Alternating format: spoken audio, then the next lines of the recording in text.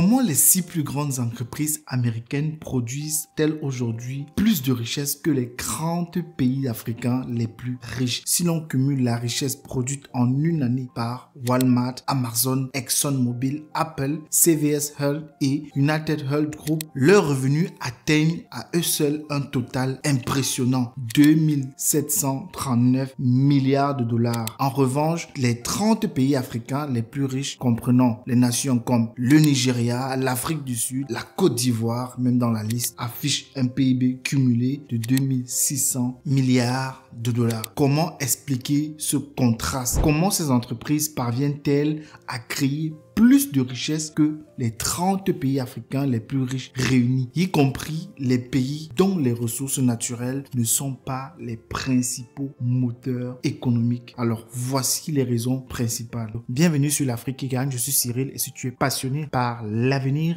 économique de l'Afrique, tu es au bon endroit. L'Afrique qui gagne, c'est la chaîne qui met en lumière les réussites africaines, les opportunités d'investissement et les solutions concrètes pour un continent plus prospère. Ici, je te parle d'économie, d'entrepreneuriat, de finances et de stratégies qui permettent à l'Afrique de se lever et de briller. Ensemble, nous allons explorer les histoires inspirantes, apprendre des erreurs économiques à éviter et découvrir comment chacun de nous peut contribuer à un avenir plus prospère de notre continent. Alors, mon ambition est simple ici, c'est de te donner les outils et les idées pour passer à l'action parce que je suis convaincu que l'Afrique de demain se construit dès aujourd'hui. Alors, si tu veux voir l'Afrique sous un autre angle et si tu crois au potentiel immense de nos terres et surtout de nos talents, abonne-toi à cette chaîne, rejoins le mouvement. Ensemble, célébrons l'Afrique qui gagne. Ce contraste s'explique par l'échelle et la concentration économique des entreprises américaines. Les entreprises américaines opèrent à une échelle mondiale. Elles investissent dans des secteurs stratégiques et tous les secteurs dans lesquels ils investissent dominent leurs niches respectives. Ils profitent donc ainsi des économies d'échelle ainsi que des effets des réseaux massifs et cela leur permet de générer des revenus gigantesques en s'appuyant sur une efficacité et sur une productivité rarement égalée. Les entreprises américaines opèrent à l'échelle mondiale. Même les Africains en Afrique achètent leurs produits. Et ce qui est bien étonnant, c'est qu'on voit comment les Africains ont souvent du mal à soutenir les business